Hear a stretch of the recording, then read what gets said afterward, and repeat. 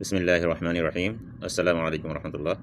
আজকে আমরা যে বিষয়টি নিয়ে ডিসকাস করব সেটা হচ্ছে একটি অ্যালেন বোল্ট।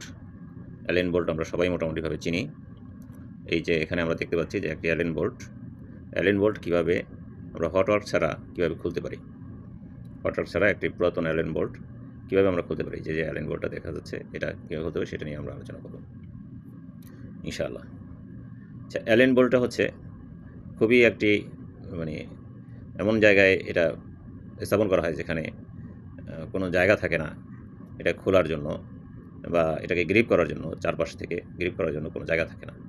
এই ধরনের স্থানেই সাধারণত এটা ইউজ করা হয়। আমি যেই থিওরিটা এখন বলবো, যেভাবে যে কৌশলটা বলবো, সেটা সব জায়গায় কার্যকরী নাও হতে পারে। বেশিরভাগ ক্ষেত্রেই এভাবে হয়তোবা চেষ্টা করলে বেশিরভাগ ক্ষেত্রে সাকসেসফুল হওয়া সম্ভব হতে পারে।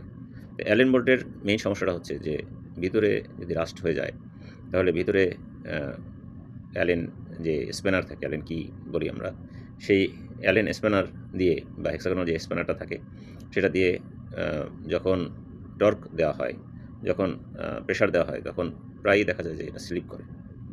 এবং যদি পেইন্টেড হয় তাহলে আমাদের কি করতে হবে? প্রথমে এটার যে এটাকে আমরা একটু বড় করি। প্রথমে এই অ্যালেন বোল্টের চারপাশে আমাকে পরিষ্কার করে নিতে হবে, খুব ভালোভাবে পরিষ্কার করে নিতে হবে। পরিষ্কার করার পরে এখানে কোনো পেইন্টের কোনো কিছু থাকতে পারবে না, কোনো অন্য থার্ড কোনো কিছু যে গ্রিপ করে আছে, যেমন রাস্ট এটাকে গ্রিপ করেছিল।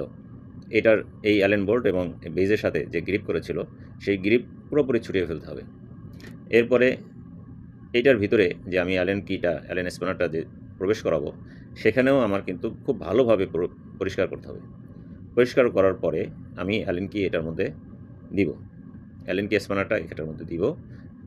কিন্তু আমার দেখতে হবে যে অ্যালেন কি স্প্যানারটা এখানে কি ভালোভাবে গ্রিপ করছে কিনা। এখানে আমি কিছু এটার টিপের মধ্যে আমি কিছু হ্যামার করে এই বেস এবং ফাউন্ডেশনের মধ্যে, ফাউন্ডেশন বা বেস এবং এই অ্যালেন বোল্টের যে জায়গাটা সংযুক্ত আছে সেই জায়গাটার মধ্যে আমি একটু গ্যাপ করার চেষ্টা করব। এবং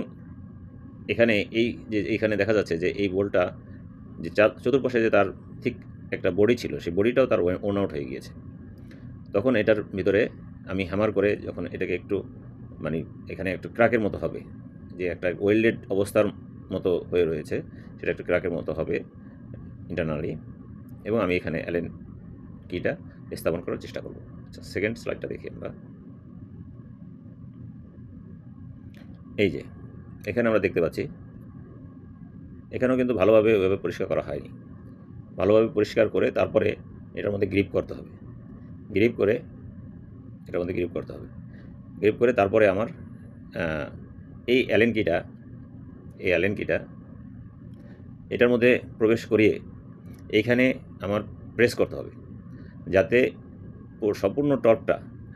সম্পূর্ণ টর্কটা আমার এই অ্যালেন বোল্টের এই মাথার উপরে পড়ে।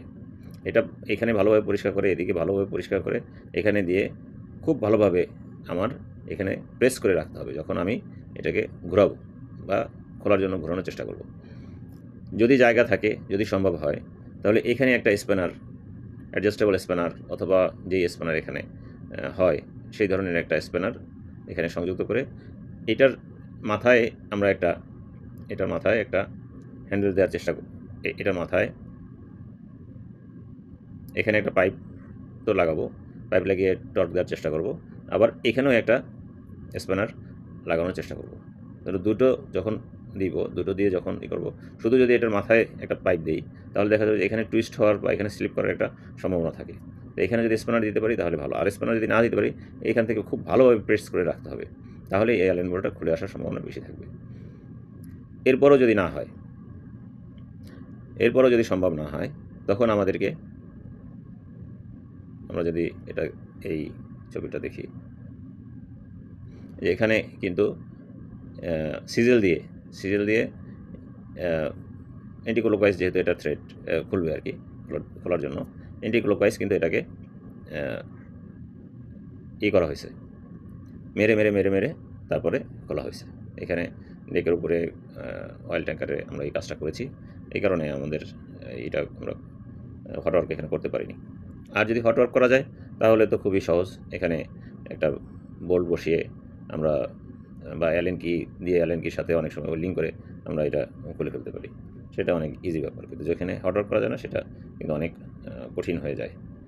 তো এটাই মূলত আমাদের আজকের লেকচার, যে আমরা খুলতে সক্ষম হয়েছি আলহামদুলিল্লাহ। এটা আমরা যখন খোলা শুরু করেছিলাম তখন নিজেরাও মনে করছিলাম যে হয়তো খুলতে পারবো না, কিন্তু শেষ পর্যন্ত এটা খুলতে পারছি। আল্লাহ তাআলা খোলার জন্য সহায়তা করছে। ঠিক আছে, আজকে এই পর্যন্তই। যারা কষ্ট করে ভিডিও দেখলেন তাদেরকে ধন্যবাদ। জাযাকুমুল্লাহ খাইর। আসসালামু আলাইকুম।